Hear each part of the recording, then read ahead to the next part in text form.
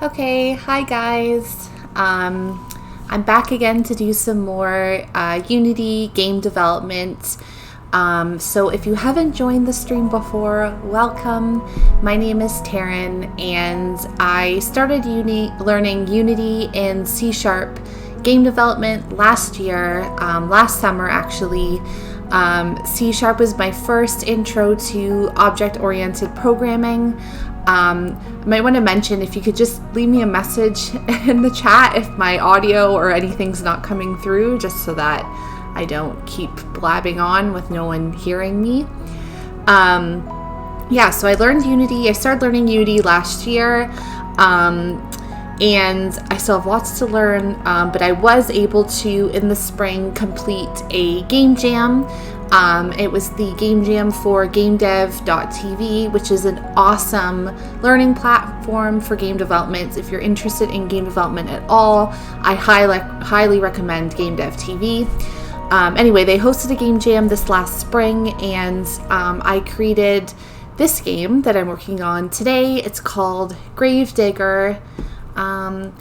Just going to warn you that I have to use some hotkeys to swap back and forth between my Unity window, which is where I do all of the sort of Unity GUI interface stuff, and my Visual Studio, which is what I use to code and do the C# in. Because there are so many different windows that you use in Unity, and I think really all of them are pretty important to see. I have two different windows set up, one for Unity, one for Visual Studio, and so I have to be swapping back and forth between them, and I sometimes forget to actually do the hotkey for that. So again, just drop me a note if I'm talking about something that doesn't appear to be on the screen. Alright, so I'm going to assume that my audio is okay. I'm going to go into Unity here, and this is what the game looks like so far if you haven't joined me already. So it's basically, it's called Gravedigger, and you basically, as the player, need to dig graves, and you need to dig the graves that do not have the gold show up on them, because that's just the way the game works. There was a theme involved. It's not just random. And if you, currently how I have it, if you hit 3 bad graves, then you are cursed and the game is over with. I like the concept quite a bit. Hold on, I'm just going to open up my OBS. I like the concept quite a bit, but it is a fast game, because I only did it in probably about 10 days of sort of patchy on and off work for the game jam. I want to expand it and add some more features to it and make it a more in-depth game so that there's actually more meat on it. But I do like the basic concept. So last time on my stream, I was working on adding in some obstacles, and they were the enemies, I'm calling them, and right now they're just little sprites. So the first one I have here, I don't know if it flashed up or not. Okay, I think it already flashed up, and that brings me to the problem, which is that the enemies are currently only spawning once. There's 2 different types of enemies, and they're only spawning once. So I want to fix that problem. And I'm going to open up my Visual Studio, pop over into Visual Studio so that you can see what I'm doing, and you know what, I might have to do this so that you can actually see what I'm doing. Okay, so hopefully you can see Visual Studio now. So what's happening right now, I think, is that the enemies are being spawned with these methods here. So I have 2 types of enemies, which I've called a filler and a blocker, basically referring to the purpose that they serve. So the filler are the red dots that go and fill back in the graves that the player has already clicked. And the blocker is the enemy that it just happened really quickly in the beginning of the playthrough, that blocks the raycast so that the player can't click on that grave. So right now I have it that the spawn filler and spawn blocker are running in the start method, and I'm just gonna add some print statements here for the console to make sure to sort of track when they're going. So spawns a blocker here. You can also use debug log, which is probably what I should be using, but I'm just going to use this for now. Okay, and we'll pop back over into Unity. And so if you don't know, the console is down at the bottom of the screen. It's pretty much like a console that you would use for many different programming languages. It's down here. Right now it's giving me a bunch of warnings. These little yellow triangles are warnings. Oftentimes you don't actually need to do anything about them. Of course, it's best practice to get rid of them, but a lot of the times you'll have warnings because say you've introduced a variable at the top of your class and serialized it or assigned it a value, but then you never ended up using it in your script.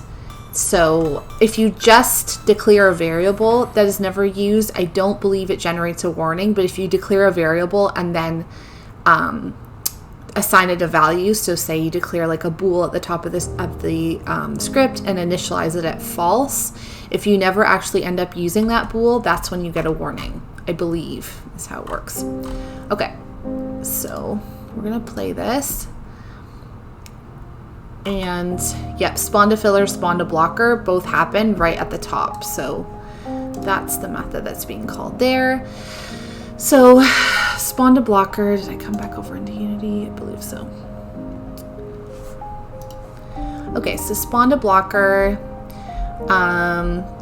So it instantiates, let's come back over here. So yeah, it instantiates the blocker.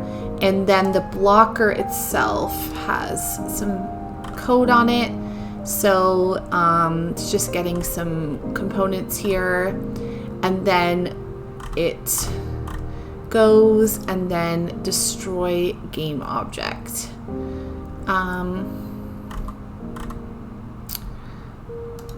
Okay.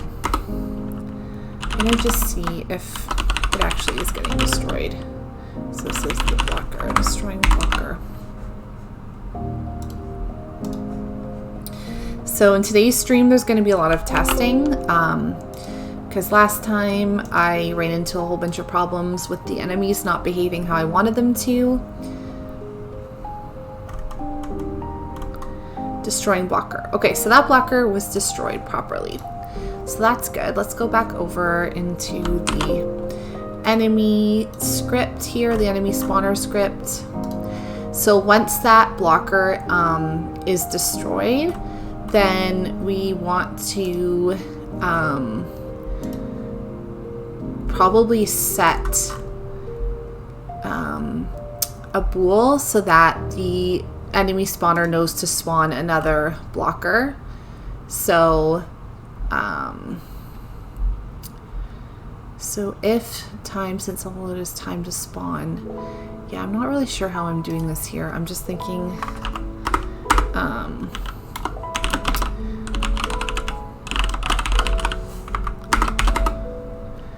so I'm gonna just put in another, I can't honestly remember how and why these different bools were working the way that they are. So if spawning blocker, then so once the blocker is spawned, then I want to put spawning blocker to false. So that's the state of it is false. So it's going to start at false, and then I feel like just putting it to true in the start method, so that way it runs. So if I'm honestly not sure what this code was supposed to be accomplishing, so I'm just going to comment that out for now.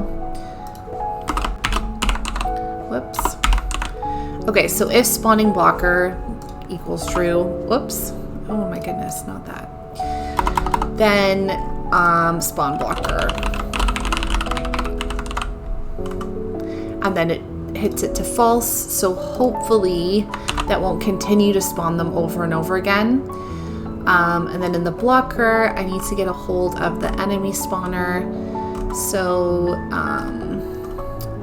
Doesn't look like I have a reference to it. Enemy would be helpful if I actually could spell. Enemy spawner. Okay, and then I'm going to get a reference to it.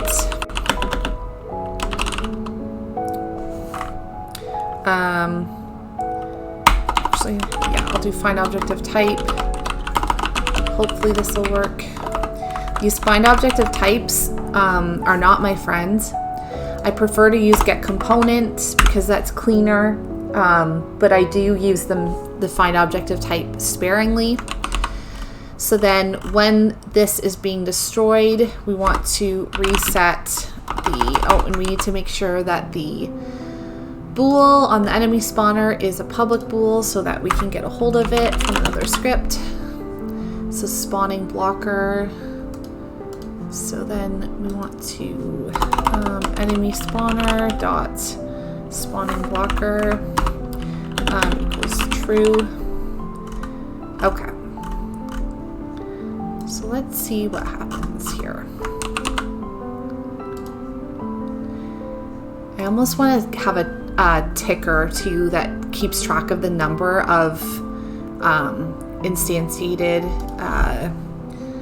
enemies. Okay. So there's one. There's another one. Yeah, okay, good. And so as far as I can tell, I just want to make sure that it's not spawning like a million of them. So here's the enemy spawner. So yeah, we just got the blocker. So over in the hierarchy here, you can see the enemy spawner, and everything in this game, the way it's set up, everything has to be spawned on the canvas because they're all UI elements, which is sort of a pain. That's the way it was set up. You can see too here that what's actually happening is that they're spawning from this enemy spawner point, then they're staying invisible, zooming over to a grave, and then becoming visible again and performing their animation. Okay, so that looks like it's working fine. Yeah, so the trick when you're doing an instantiation using, when you're calling an instantiation in the update method, it can get really tricky if you don't sort of put limits on it with bools, because you could just have like instances coming over and over and over again every frame, which is obviously not what you want in most cases. Maybe there's a situation in which you'd want that. I don't know. Okay. So now, just give me 1 second here.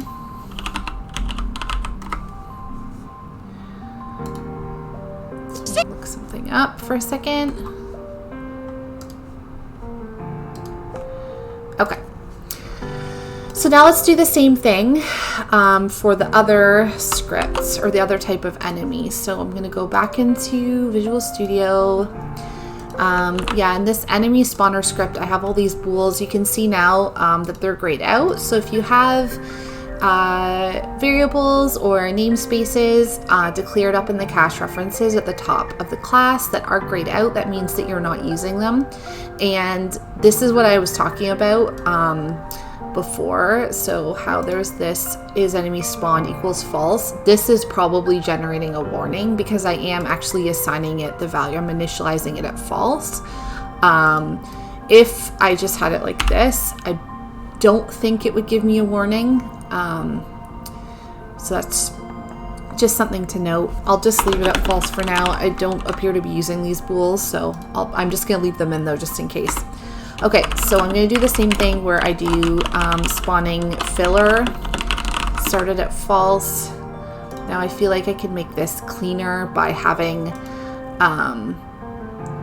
a method that takes care of both enemy spawns. This is a little bit repetitive, but that's what we're doing. Okay, and then if spawning blocker, spawn blocker.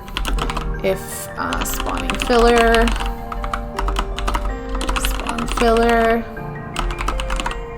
And I have the two methods down here. So this was, I was trying to parent the instantiated enemy to the canvas, because if you're just instantiating the enemy in the scene, it won't actually show up because it's an image or it's a sprite, and it needs to be childed to an element in the canvas. So I couldn't remember. I think this is the old way of assigning a parent, and then this is like the new way. But both work, but I just have this commented out but still in the script in case I need to switch back to that way of doing it. Okay, so now on the filler script, we need to go down to where the, oh, and it doesn't even look like it's destroying itself. Oh, yes, it is. Okay, so down here, we need to set, oh, we need to get a reference to the enemy spawner.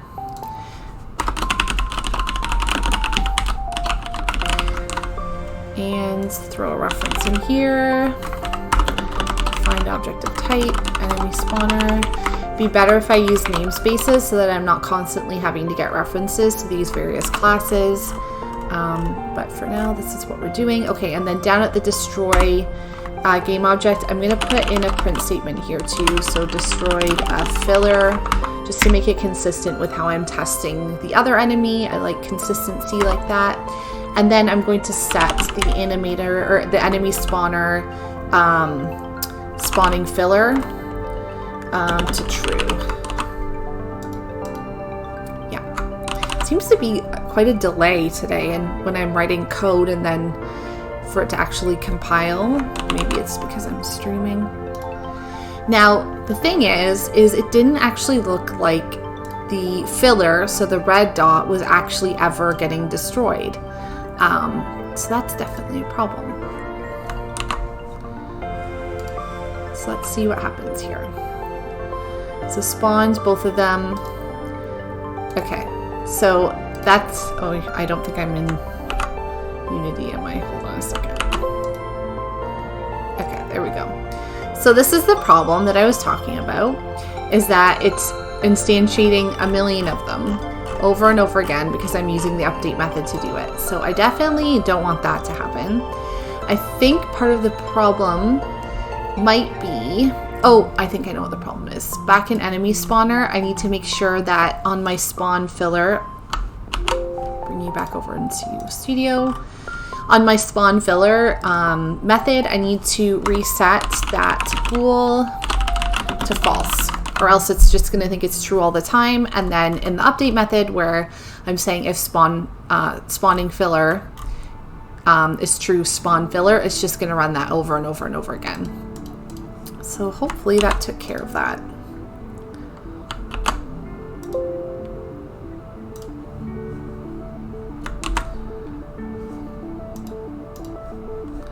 Okay, so let's see what happens. So I need to actually empty some graves for the filler to start doing something. And yeah, it doesn't look like it is actually destroying itself. So we have destroying blocker, but we don't ever have destroying filler. So the condition isn't being met for it to destroy itself. So let's take a look at the filler script. I don't like how this is set up. It's got a million if statements all crammed into an update method. Okay, so we know that it's getting at least this far. So if it is moving, then it's going to move towards the selected grave. So it's essentially looking for a grave that has already been dug. It's zooming over to that grave and then it's filling that grave back in. So I know that it's getting at least this far.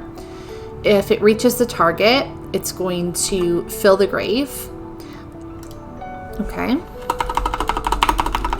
And I'm pretty sure it was actually performing the fill grave animation. I should double check that to make sure that it's running this method. It's going to add to the pile. Okay, yeah, it is doing that. Fill grave is true. It's going to start the timer.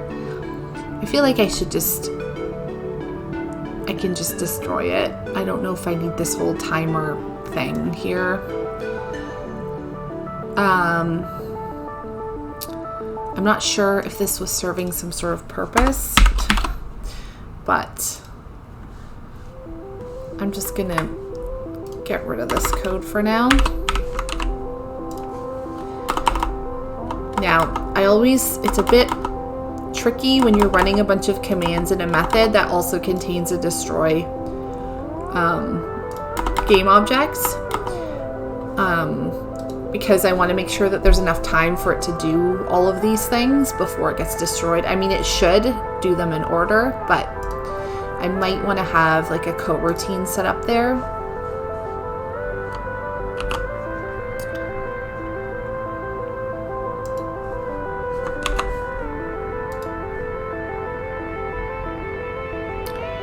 Okay, so let's try this again. Yeah, okay, so that's why. I hope you can see this. That's why I had the delay. Because it's just zooming over, it's filling the graves, and then it's just getting destroyed. Okay, so we definitely do want a delay there. That's funny. I mean, it's doing what it's supposed to do, so that's good at least.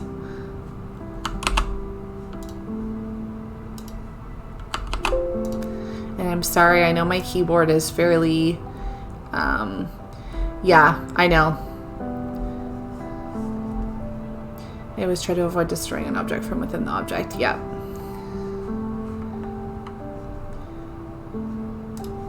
Whoops.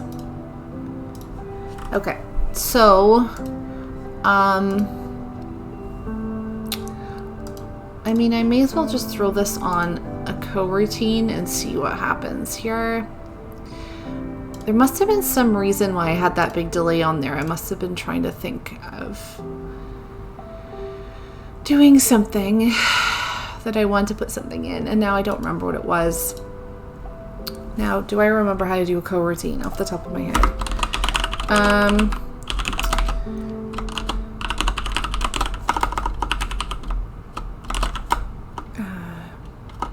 I hope I can use destroy in the name of a method. I'm not sure if that's okay.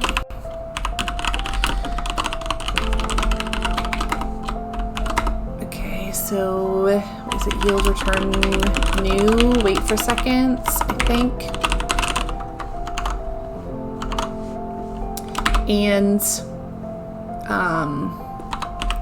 I'll just put in 2F and then I'll destroy the game objects.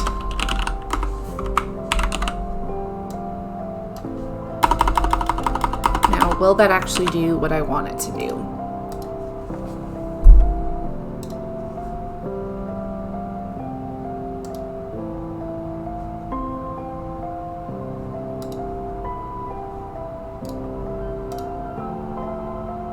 And now it's not actually destroying them. Yep. All right. Okay, so destroy filler, yield return new, wait for seconds, destroy game object. Oh, that needs to be down here. So I need to be setting the bool down in the coroutine, or else it's telling it to spawn another enemy right away.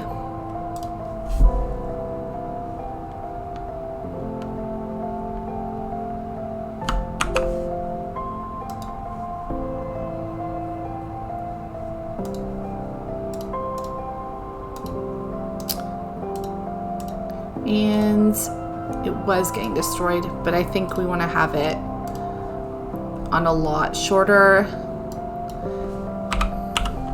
timeline there, so let's try 0.5.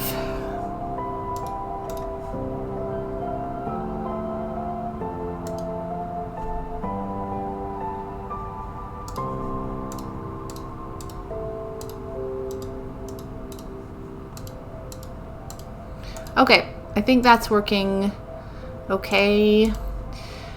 So the problem is that the red dot is going to graves that it has already filled once. But that's okay. I'm not super sure about how I actually want this game to work. I'm just basically playing around with some mechanics. But I do like how the in the hierarchy you can see it's constantly readjusting itself as it instantiates and then destroys clones, so instances of my enemy prefab, and it's doing a good job. It's not crazily filling up the hierarchy, so I'm happy with that. And you can see that the gameplay continues even though the you lose script or UI panel is up, but that's okay.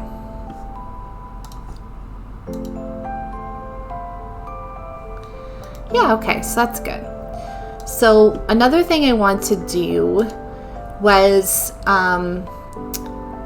bring you back into code. So right now, me as the player, I go in, I dig the grave, so I empty the grave, so it plays its emptying animation, and then the little filler red dot comes over and refills it.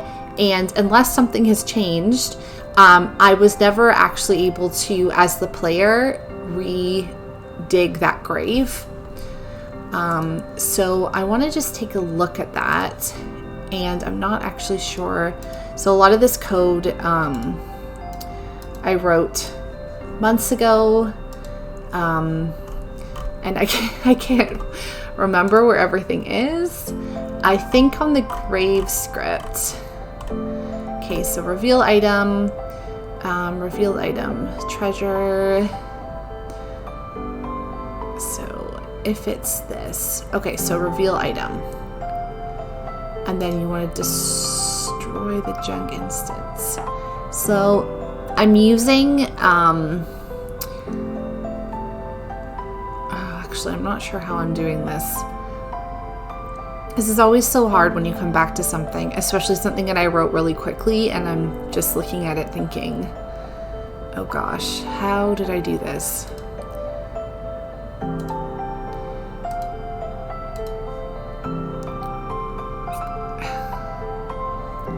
So is empty true?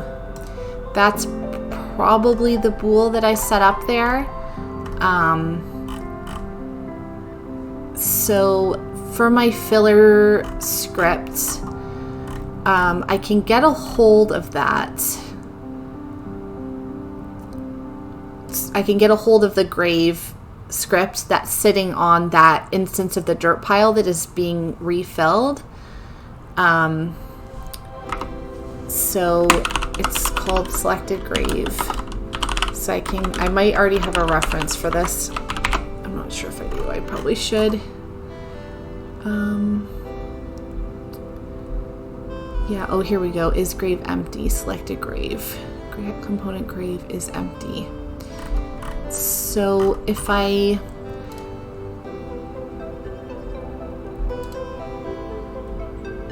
gonna I should probably cache this up at the top, but I'm not going to because the selected grave might change over the lifetime of the script, and then that might be bad. So I'm wondering if I can just do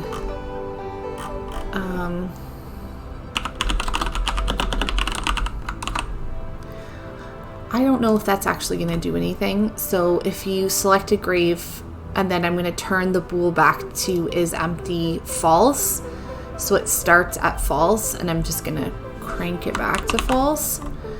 I'm honestly, I just can't remember how everything's working here. So let's just see how this behaves.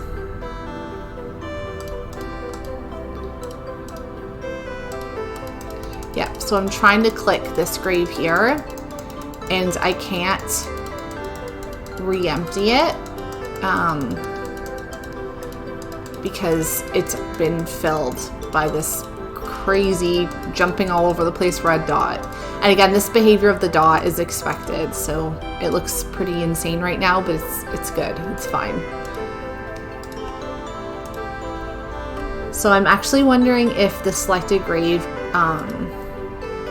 has a reference anymore for whether or not it was a good grave or a bad grave, because I feel like I might have destroyed that reference when I destroyed the grave.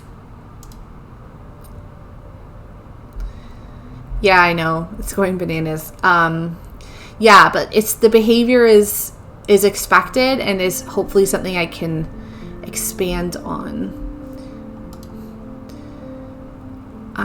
Okay, so let's try to get a hold of the reference that I have for whether or not the grave is a good grave or a bad grave.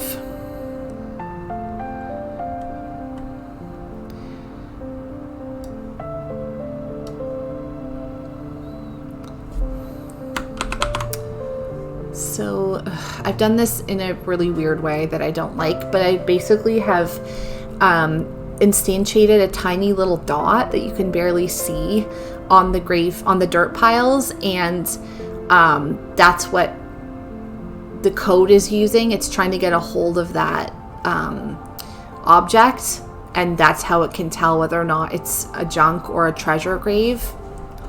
Again, probably something I would change, but for now. Okay, so back to the filler script. So how am I doing this?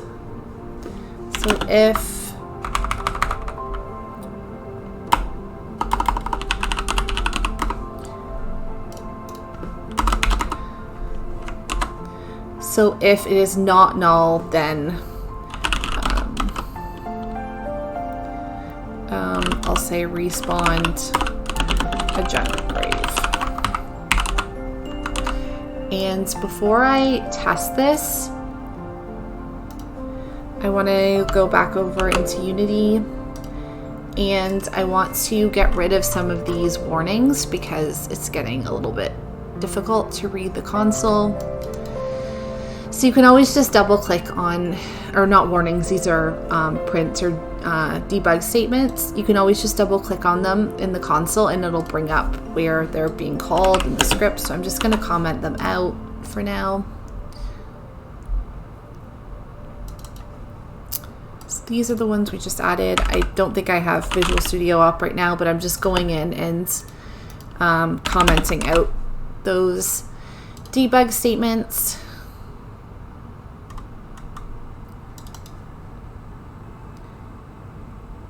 I don't like deleting them just because I find it useful to see where I have previously had a debug statement. Sometimes that gives me clues as to what my logic was. Okay, and then I've got some warnings here too, but I'll just leave those for now.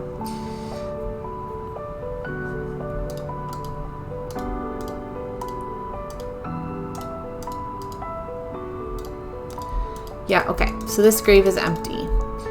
So this, I vaguely remember I had this in the code somewhere. Okay, so let's come back over into here.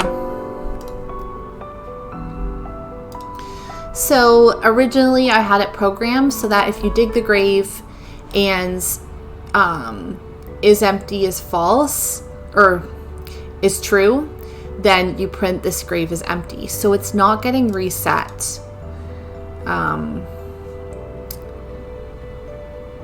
I'm gonna just go down here. So is empty, I've turned is empty onto false, but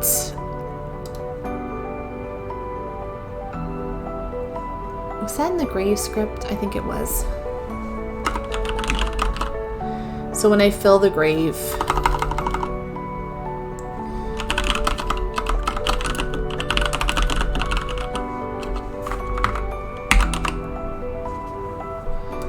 no, wait, what am I doing? Oh, let me just say that.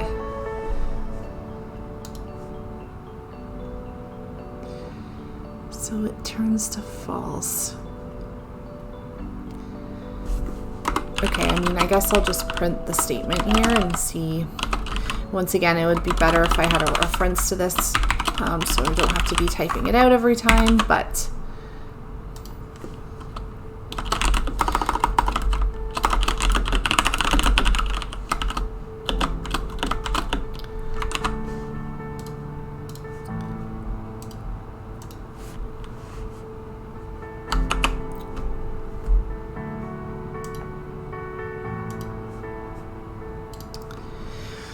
So let's look for those console messages again.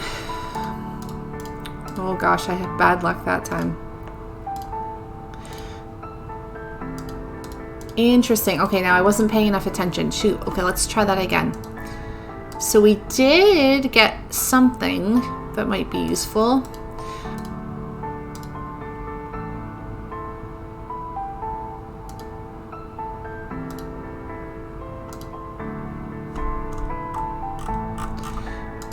Okay. No, it's saying this grave is empty. Interesting. So it is changing the variable, at least temporarily, but then when you click on the grave again, it's empty. Public pool is empty, false. Okay, I'm gonna have to come back to that, but another thing that I want to get done tonight is I want to widen my play space a little bit. And I'm not entirely sure how to do this, but so right now I have, let's just take a look at this. So I have my canvas, which is 1920 by 1080. Okay, so that's good. So what I want to do is have like 4 separate places that the camera can pan to, so that's like 4 different sections of the graveyard. So I'm wondering if I guess I don't want to I've never actually tried to use multiple canvases. I probably don't want to do that. But maybe I do. I don't know. I don't know if that works. I don't know how that works with the code. I'm actually curious now. So if I just, oh yeah, interesting. So maybe I can do that. I'm not sure. So I've just duplicated the canvas. Now obviously the camera is only showing one canvas, which is what I want because I want it to pan around. Although I think what I want is for the brown dirt space to be to encompass the whole play space, and then just have the camera pan around. I wonder if I can almost fudge that. Maybe. Let's see here.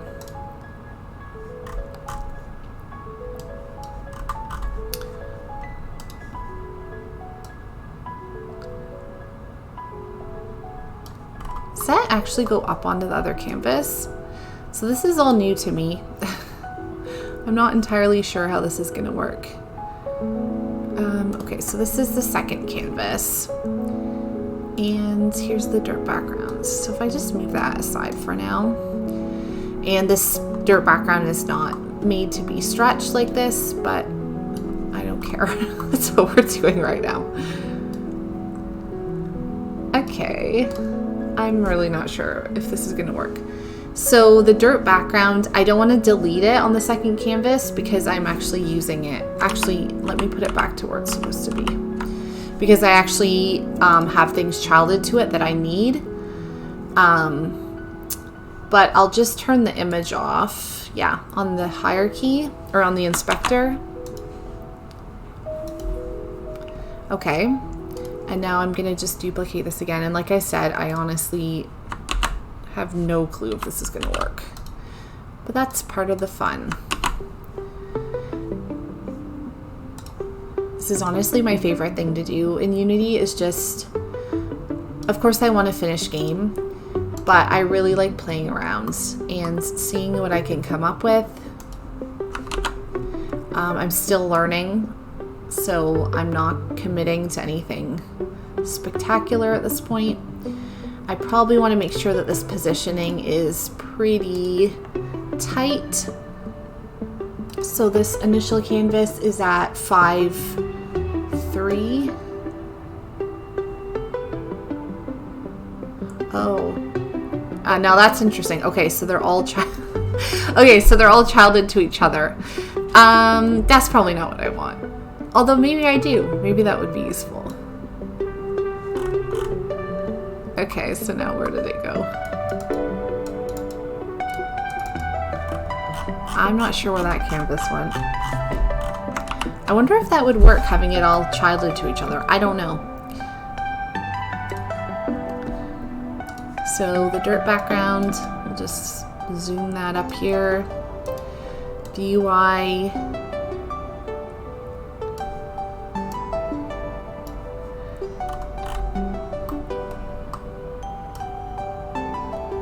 I'm actually not sure. I wonder if the... Yeah, that's not good. That looks really bad, but we're just testing for now. And... Oh, that's probably screwed up all the graves because I've stretched out the play space. Yeah, they're all way up there. Okay, so that's not going to work. I can probably... Let's just go in and see...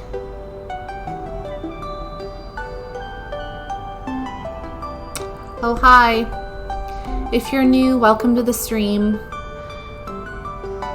My name's Taryn, and I am I'm gonna say, on the high end of beginner, intermediate Unity game dev. So let's look for these grave spawn points.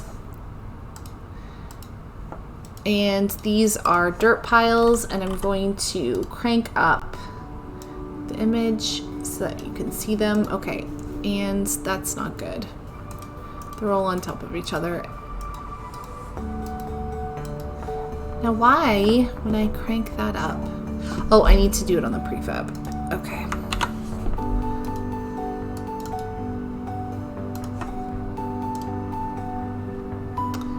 So these dirt piles are not the actual dirt piles. They're the places where, they're the places where the dirt piles that you do see in the game are being instantiated. So I built the game so that it is procedurally generated so that the arrangement of the piles is different every time. It's the first time I'd really done any sort of procedural generation, so that was exciting. Okay, so these grave spawn points, yeah, we want to throw them down here. And the background's just going to be messed up for now. Now I'm interested. Cool.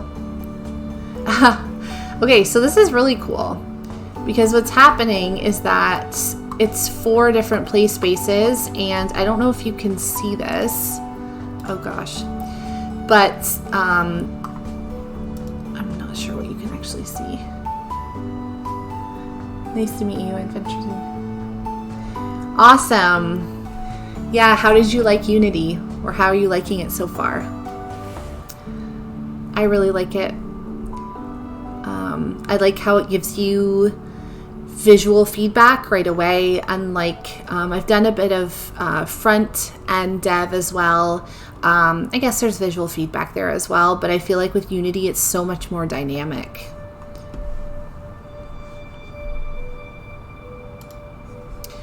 Okay, so yeah, what you can see here is the little, in the UI at the top here, it's showing you the number of piles that have been spawned that you need to click on.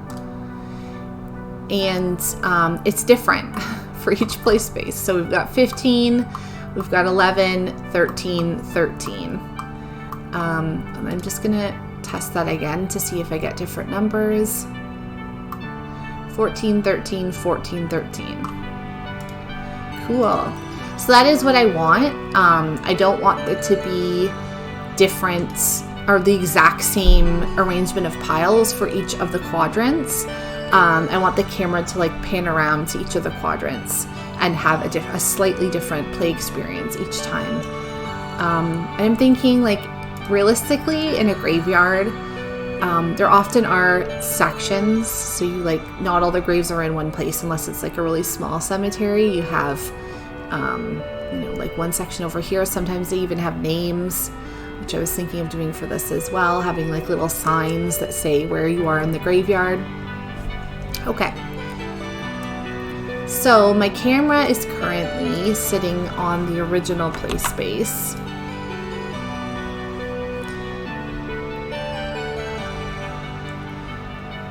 Yeah, for sure. It's very addicting.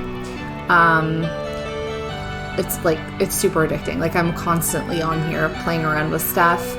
And yeah, I love how you get to be so artistic and creative. I don't think I could do, although I am interested in doing potentially some like back-end dev in the future. I really like Unity because there's just so many different parts and you get to be so creative. There's the music, there's the asset creation, just like arranging things on a canvas. It's like painting, right? So it can be overwhelming at first. I am just now getting into creating some of my own assets, doing some Blender creation as well. And Blender is super fun if you've never tried it before. It's for 3D asset creation. I did not make the pixel art in this game. It was made by someone else. But I'd like to start eventually making my own pixel art assets as well.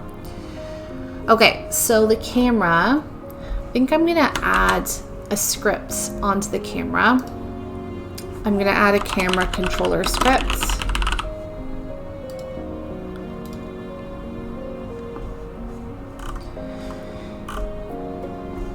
When you add a new script in the inspector, always remember that it doesn't, if you have a dedicated scripts folder, it won't automatically go into that folder. It'll sit outside of the top level of the assets folder, and I forget that all the time, and I'm like, where'd my script go? Oh my gosh, my script's been deleted. No, it's just sitting outside. Okay, so for my camera controller, I think I want to make... Oh, awesome, yeah. I don't ever know if it's Aseprite. I'm not sure how you say it, but that is an awesome program. That's what the person who created my pixel art assets for this game used. I know that he really loves it as well. I've tinkered around with it a bit, but yeah, it's definitely a really cool program. I've also used, this is like a really basic thing, but the Piskel app, which I think is just a part of Google. It's just like a browser-based pixel art tool, and that's just fun if you ever want to like tool around with stuff a little bit. It's not nearly as, doesn't have nearly the functionality as Aseprite does, but it's still cool. Okay, so I'm gonna make...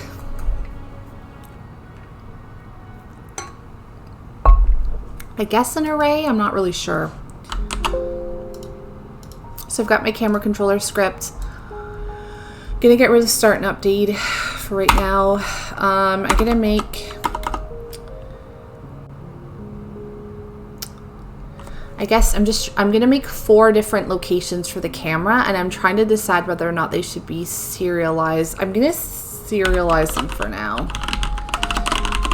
And it's going to be an array of transform, and I'm just going to call that camera pause.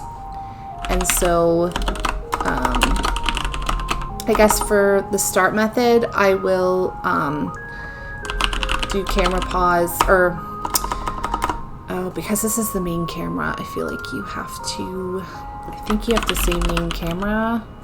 Maybe I'll just say this, .transform.position. I was having trouble with this in another project I'm working on where I wasn't getting hold of the components on the camera properly. So, camera pause. So the first element in camera pause. And since I've made this a type transform, I don't need to say camera pause 0.transform.position because it's type transform. Okay. So now, I guess I'll just make some empty objects here.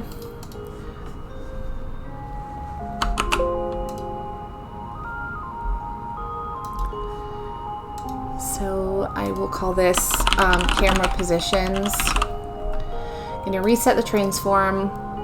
It's so important to do that. I forget all the time. And then I get into big trouble when I've got a bunch of different game objects childed to each other.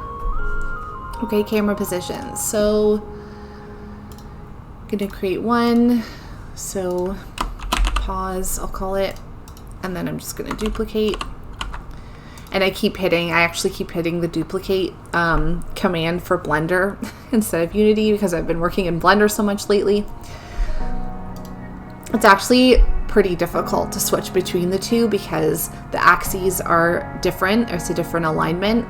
And how you go around a scene is different as well. So I'm always like clicking the wrong button when I go back into Unity. Okay, so pause one. It's down here. So right now the camera is sitting at, this is its transform. I'm just gonna copy that component, or I feel like I should copy the component values. I guess that's what it's doing.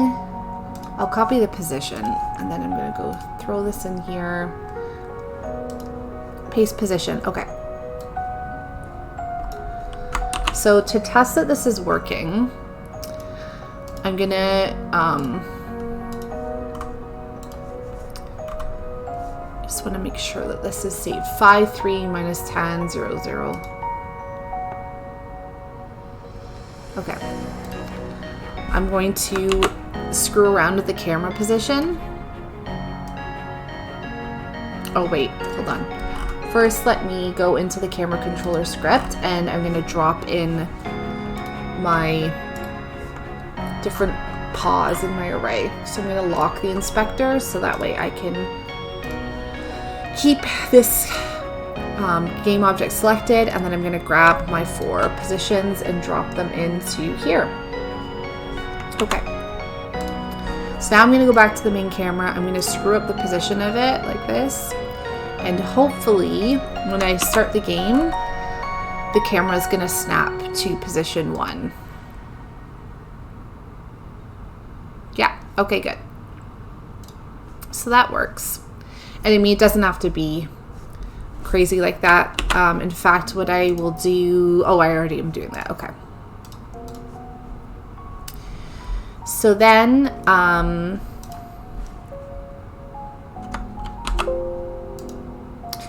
in my camera controller, I'm also going to say... I'm going to make this a public method so that way I can call it from another script, because that's what I'm going to need to do. So I'm going to say next camera pause. I'll say next position. Sometimes it's so unnecessarily difficult to name methods. I stress over it way too much. Okay, and then we'll just say this. Oh gosh, what are we actually going to do? Because I need to go to the next. It depends on where it is.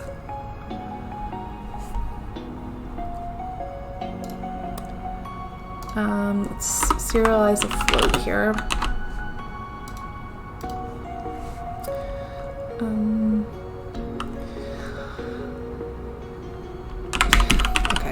For lack of a better name, it's going to be that.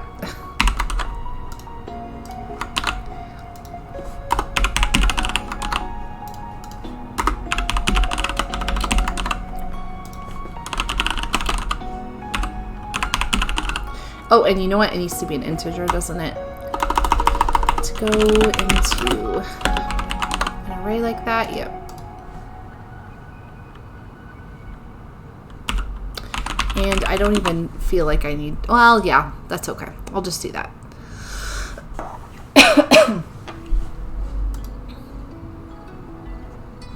And I'm going to...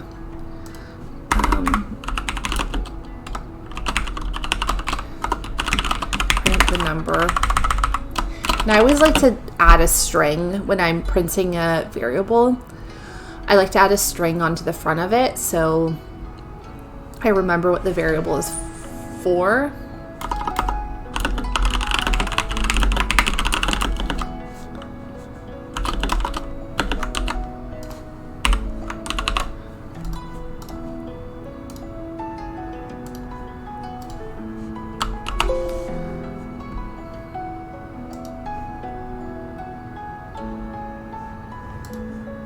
Okay, so I just wanted to check to make sure that it was incrementing that number value. So the camera position number is now 1. So that when I call the next position method, which is here, it's going to zoom it over to camera pause 1, which will be the second position in my serialized array.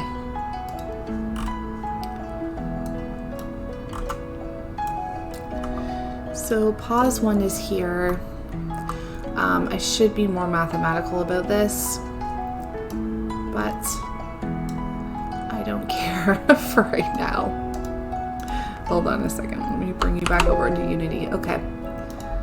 So yeah, so pause 1 is down here, and then I'm just throwing pause 2, which is actually pause 1 in the array over here.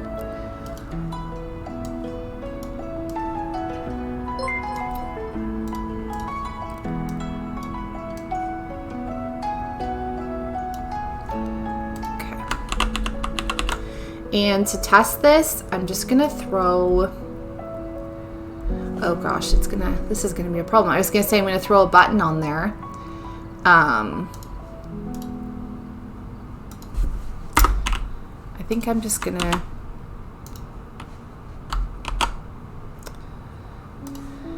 make it so that when I press a button, it changes the camera value, the camera position. So normally I would probably just throw a UI button on there, but because my UI is now sort of screwed up, I don't want to do that right now.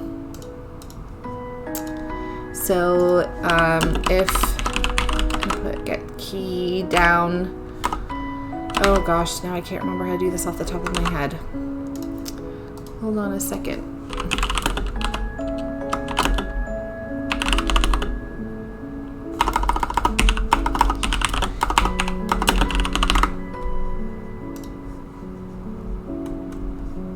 Okay, yeah.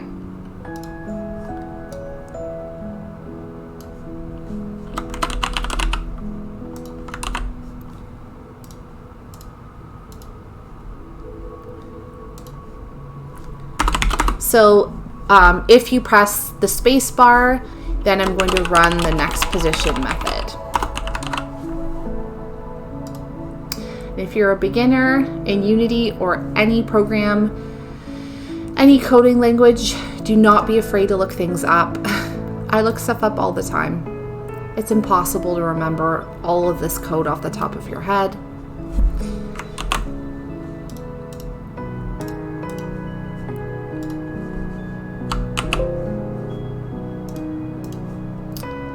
Okay. So there's camera position 1. Okay, so it went over to camera position 2, but it is not showing anything. At least it moved. That's good. But it's not doing anything else. Okay, so let's have a look at that again.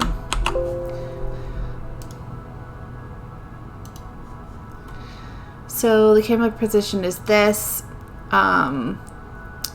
If it's this, oh, I need to increment the number again. So first, let's just make sure that's working. And the way I have the camera position on the canvas is probably screwing stuff up. Because my canvas itself is only 1920 by 1080. I wonder, it can't show anything because it's way off the canvas. So, yeah. Okay, first I want to just make sure that the camera's moving. So theoretically this will work. So the main camera's down here. And oh yeah, now it moves over there. Now it moves over there. And now it moves over there. And then it'll be outside the array, so it's gonna throw me an error code, but that's okay. Because that's probably where I want to end the game, so that's fine. Okay, so theoretically that works. But the way that I have the canvas set up is not good. So I'm not sure if I can just drag the canvas to make it bigger. Oh, this is gonna really screw everything. Screw everything up. I'm wondering if I should just do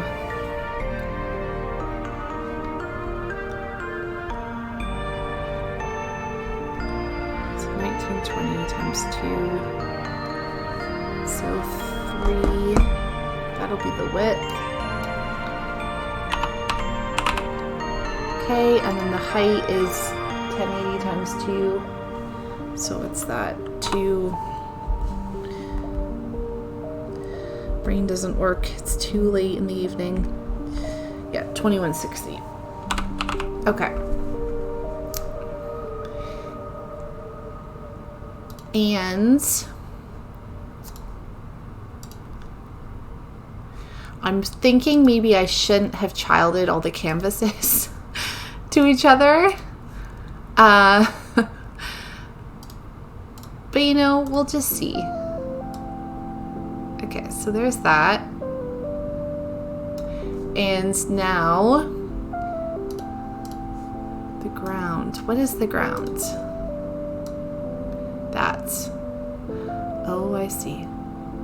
Okay, so where's the ground with this one? Here it is. Oh, it's that whole thing. Okay, so I'm not sure where the background is for this lovely bottom left quadrant here. And oh, I think I turned it off, didn't I?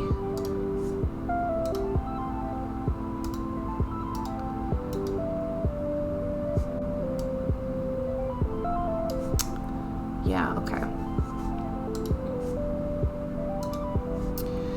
But theoretically, this might still work. So let's just check where the camera is now. So it's there. It's there. Let's pull that up. It's there. Let's pull that up. And oh, you know, I have too many positions. So I have this one, this one, this one, this one, and I don't need a pause 4 because that's 5 elements in the array. I'm gonna double check and make sure that on my main camera, my paws are still in my serialized array there, and they are. And now this is gonna look really screwed up, but I'm basically just checking to see if this will work in theory. Okay, so same thing. It doesn't like jumping over, and it's probably because it's another canvas.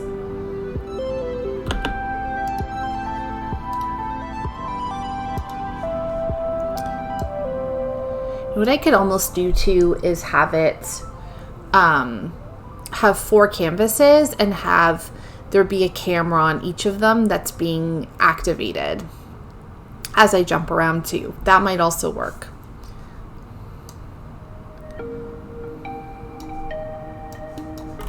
So I'm just wondering here.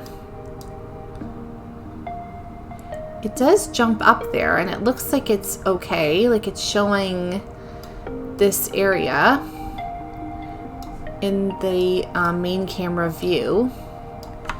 It's showing it here. I can like drag it around.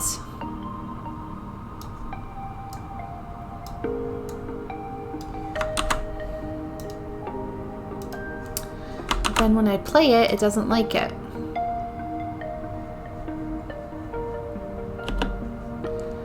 Yeah, when I play it, it does not like that. There's probably something to, like, there might be something blocking it. Even when I come back down,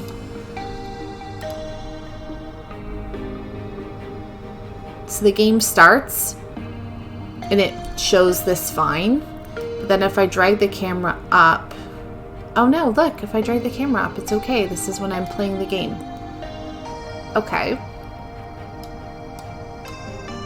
So I'm wondering, is there something with the positioning that's not right? Maybe.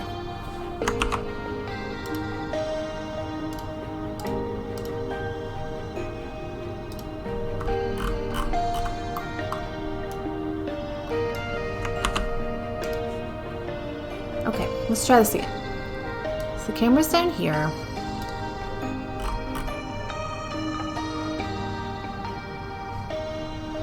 It's at Z minus 10. Oh, this one's, okay, hold on a second. So this is Z minus 10. This is Z 0. This might help. So the camera position, I believe by default in Unity 2D, I could be wrong about this, but I believe by default it is at minus 10 for its Z position.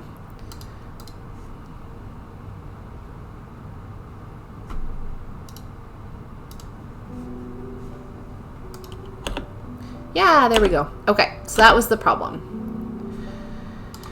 So the problem again was that for my different positions, some of them were at minus 10 and some of them weren't. So they all needed to be at minus 10.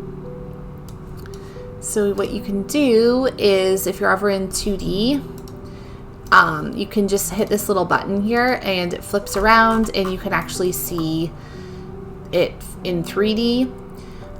It's not super helpful in 2D because you're not really playing with Z that much.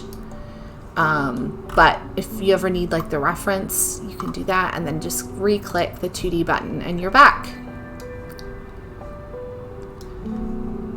So this, I'm still not sure where this grass for this one went. So that's the ground.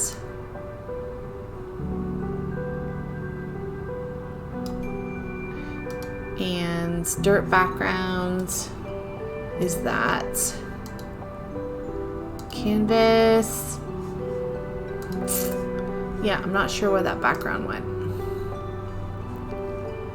Because that would be a lot better.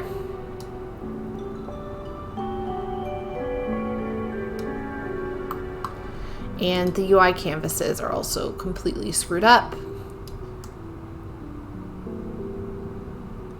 Oh, that's the fader. Okay. So yeah, this is obviously going to need a lot of work, but I like where this is headed.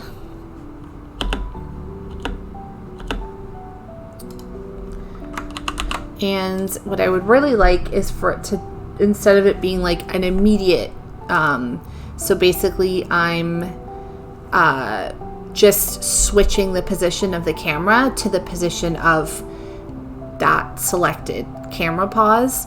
But I'd really like for the camera to move that way. So let's just have a quick look at this.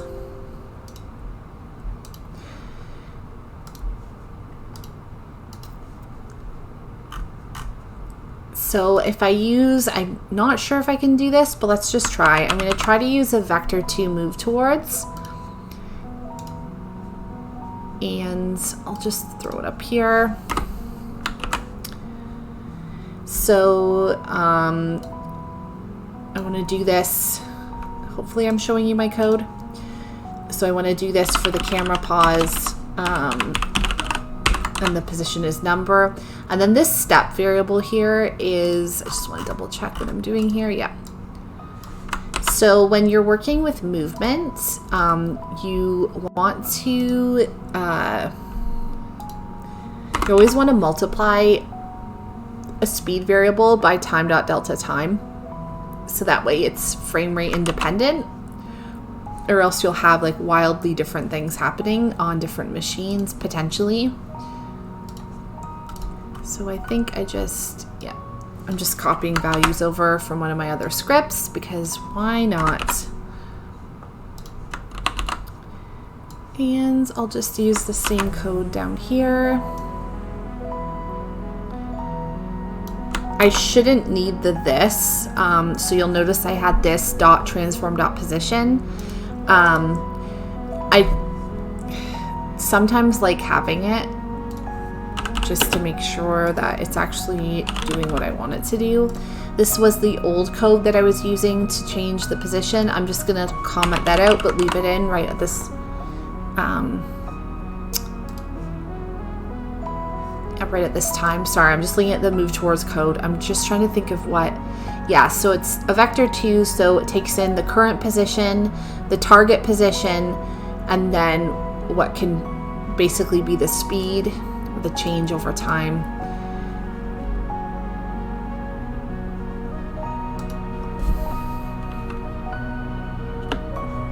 Oh yeah. Oh, you know what? I don't, yeah, not to start. To start, I don't want to do that, do I? Okay. So get that out of there for start.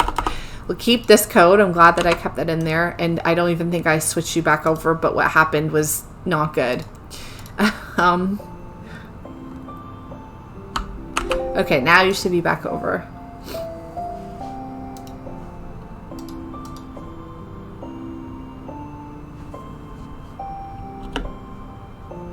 Okay, so it didn't like that,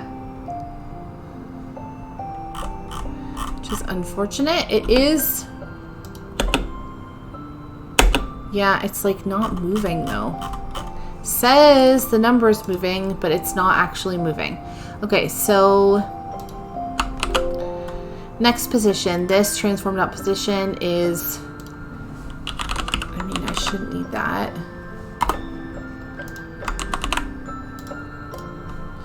Just again, putting those thises in there.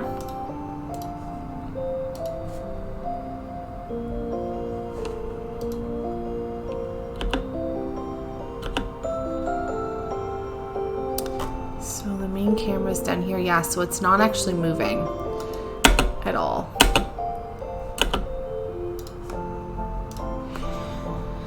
Probably, let me just do one more thing and crank up the speed just to see if that is going to help at all. But I think it's probably just the code that I'm using is not what I want.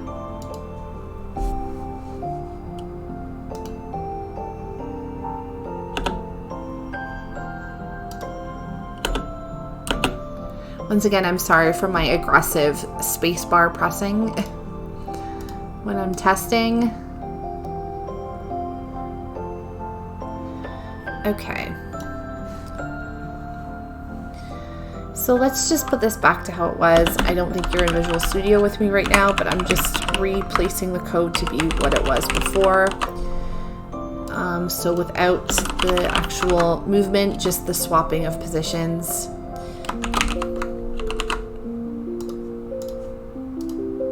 Yeah. So let's just head back to how it was before.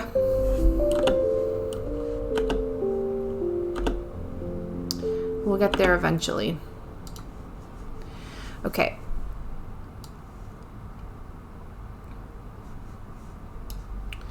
And let's see if we can grab this UI canvas and throw it back down where it should be.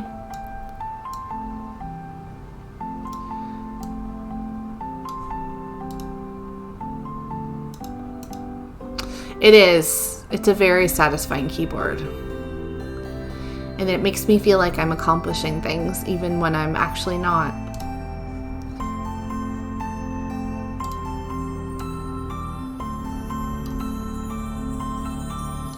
So technically, I think I should probably have just one UI that takes over, that serves the whole play space.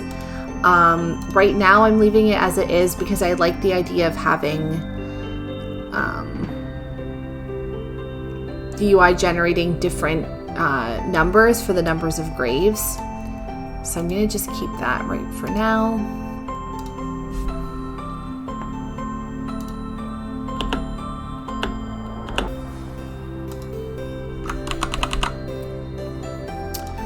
Okay. And I'm just doing a quick Google search.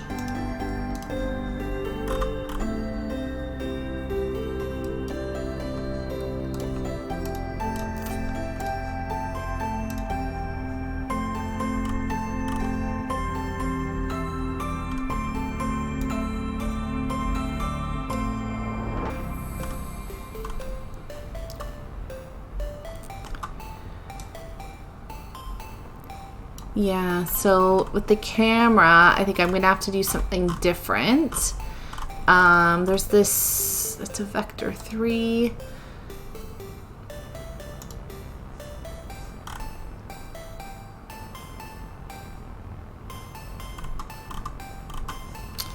I guess I'll just have to leave that for right now until I look up the correct code.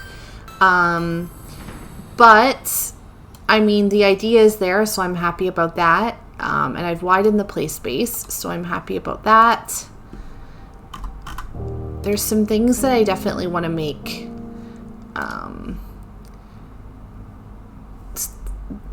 I want them to sort of encompass the entire play space as opposed to being childed only to the individual play spaces. So one of the things is this grass background here, this dark greeny blue background. And I'm just not sure where it's sitting currently. So the canvas doesn't have an image on it, so it's not that. The ground has, I believe, just the dirt background.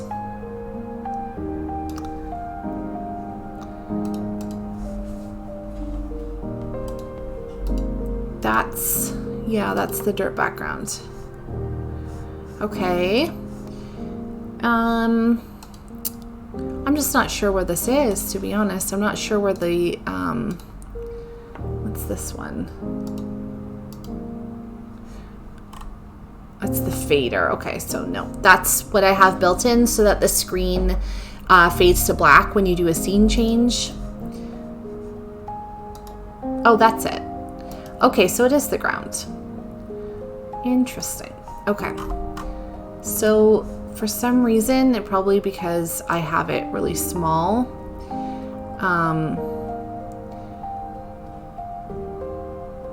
That's not working.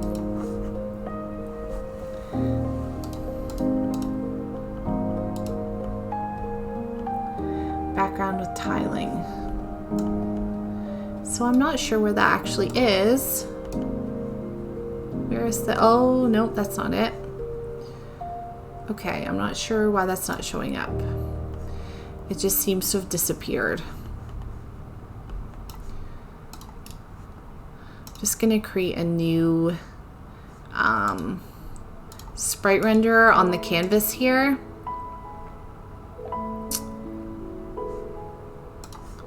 So right on the canvas, I'm just gonna add a sprite renderer.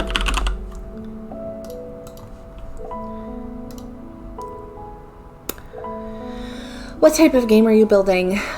So it's a game that I had prototyped for a game jam back in the spring. And it's just like a point and click game. The basis of it was a concentration card game. So where you click on something and then it reveals a card or an item. But what it turned into, and it's hard to see now because it's a huge mess as I work on it. But it turned into this game where you click graves and you have to get all of the graves that do not have little sparkles come up on them, because the theme, and just disregard everything else that's happening here. The theme of the grave was all that of the game jam was all that glitters is not gold. So the idea is that the graves that have sparkles in them have treasure in them, and those are the graves you don't want to destroy because it might curse you. So you want to get all of the graves that do not have the sparkles before the timer runs out. And there are 3 difficulty levels right now. There's easy, medium, hard. I finished the game for the game jam, but it's a really small insular experience, so I want to expand on it, maybe add some more story elements. And what I'd really like to do is make it playable on mobile, which I've never done before for Unity. So right now I'm just working on expanding it. I've added in some enemies, quote unquote, so some more obstacles for the player, and then I'm expanding the play space as well. So background with tiling. And it's just not showing up. I don't know where that went.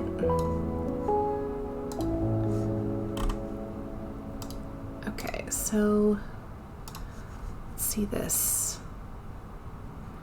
Yeah, even that's not showing up. Maybe it's because the dirt background is too big. So this is sort of the pain in the butt part. I find working with Unity is all of this canvas, messing around with the canvas, messing around with the GUI. I think a lot of people don't like Unity because of the coding, but I find the coding is actually more straightforward, and working with the canvas, unfortunately this game has been built pretty much totally on the UI canvas. So sometimes when something else isn't working, it's because something hasn't been childed correctly, and it can take so long to fix it and to figure out what's wrong. So this is the part that I don't like working with Unity. And I just messed up my canvas values, so I want to change that. So I think I had it 2160 for the height. So the play space is going to be 2 times larger than 1920 by 1080. So 2160 for the height. And 3840. Okay, so that's the size. Gotta make sure that I keep that size for the canvas so that I don't screw everything up. Okay, so the ground will be the same, so 3840.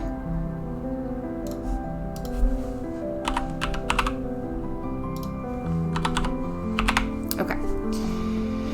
And I should make sure that the position is the same for both. Actually not sure why the position isn't 0, 0. I'm not going to mess around with it because there might be a reason why there's an offset that I just can't remember. So I'm going to copy the position and throw it on the ground.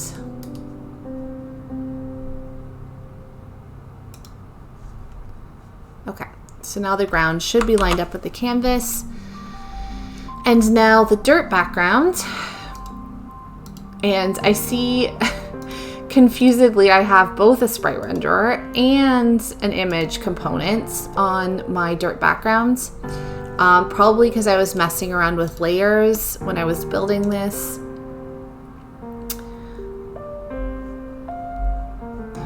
Yeah, the idea is that it's going to be one play space, but that this is the entire play space that you see in the scene view, and then the game view, which looks not very good right now, is going to, the camera's going to zoom around to the different parts of the graveyard. Once you finish digging one portion, it's going to zoom up to another portion. And so the goal will be to complete all 4 portions before the night is over, which is the timer I have on the game. Yeah, and I really do want to try Unreal. Haven't got there yet, but it's definitely on my to-do list.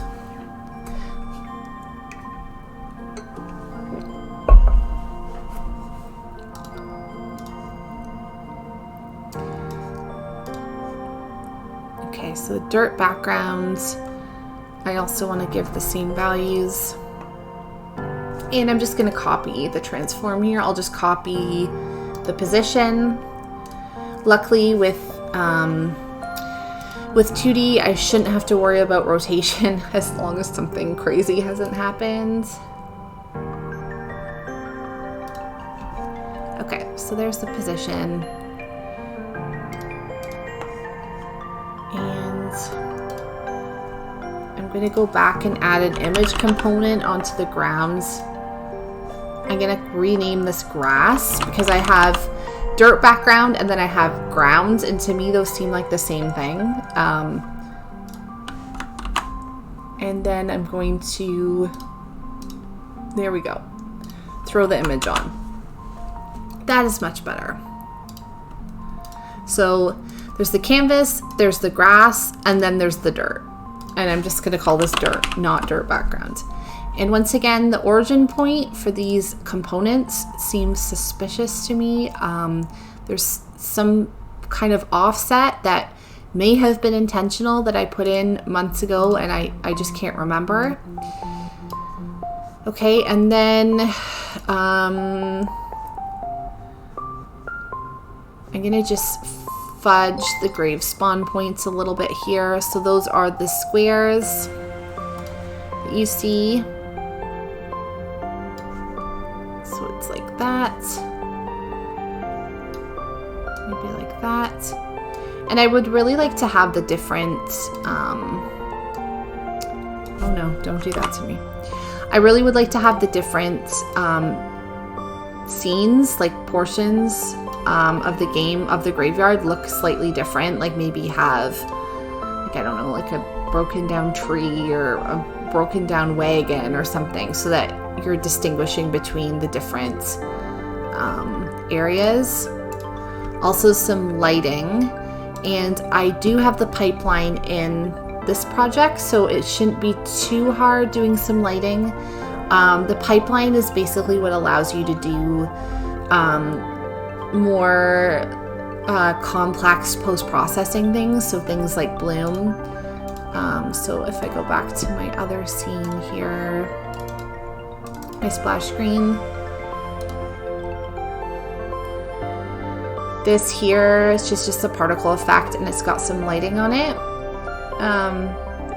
The reason why that looks a little more realistic, it doesn't look totally flat, is because the post-processing is lighting this up, and it's also allowing me to put a lit material on the sprite, which basically reflects the light in a realistic way.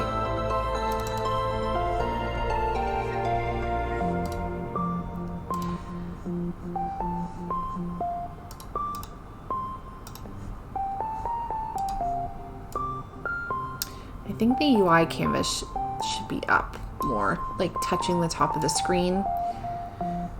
And the dirt, I'm gonna expand a little bit, so it's actually gonna be a little bit bigger than my canvas value. Okay, and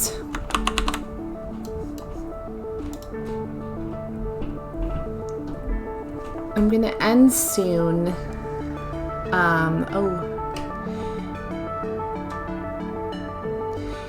Visual scripting. Kudos to you for that. It looks really complicated to me. I really like C#. I done a little bit of coding before I started using Unity. Like over the years, I'd done some website design, so I'd done some CSS, HTML, a little bit of JavaScript, but C# was really my first intro to object-oriented programming. If you are ever interested in learning Unity, I really recommend Game Dev TV. They have some really good courses. They're on Udemy, and they also are on their website. I took them, and I was pretty much a coding noob when it came to object-oriented programming, and I feel a lot more confident now. Still have tons to learn.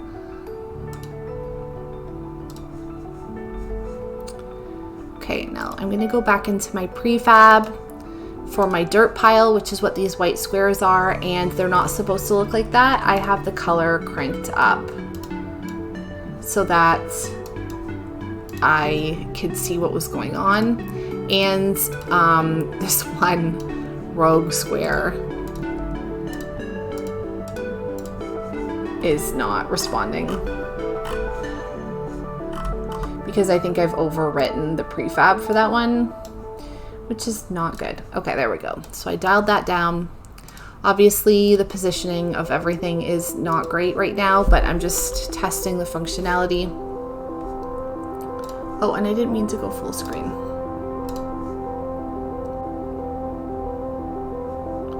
Okay, so this is being cut off, but that's okay. And the camera positioning, I need to swap. So pause one is here. up.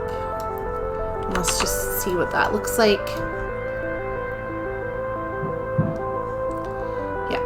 Okay, and I can see there's the black square that came and disappeared is the fader. So I have a fader canvas which has an animation on it so that when I do a scene change, so it's basically when I'm loading the scene, it runs the fader, so it does a fade in and a fade out. That's a way that has worked for me to do fading. There are assets on the asset store that will take care of that for you as well. Okay, but I'm pretty happy with that. I know it looks really terrible right now, but in terms of functionality, it's doing what I wanted it to do. So the idea is that, there's that fader right there, is that you'll complete one area of the graveyard and then you will zoom up to the next area, and you can see that my enemy AI is going crazy because it's trying to find a grave to refill, and there it goes. Okay, so it knows the AI is working. Here they come. Yep, they're coming to refill the graves. Come get this one. There we go. Okay, so the AI is working. It's just really wonky for now. I'm gonna have to end there for tonight. I'm also a mom and my kids need to get to bed. So I'm gonna have to end there, but I probably will be streaming again on Tuesday. I really appreciate everyone who joined the stream tonight. Hopefully you had fun. I'm pretty pleased with what I accomplished tonight. I am only working on this game on stream, so I'm not really looking at it. I have other projects that I'm working on off stream, so I only come onto this one on camera, so the progress is pretty slow, but I'm still having fun doing it. So yeah, thank you guys so much for joining the stream. Hopefully I'll see you on another one, and I hope that you have an excellent week. Thanks again for watching.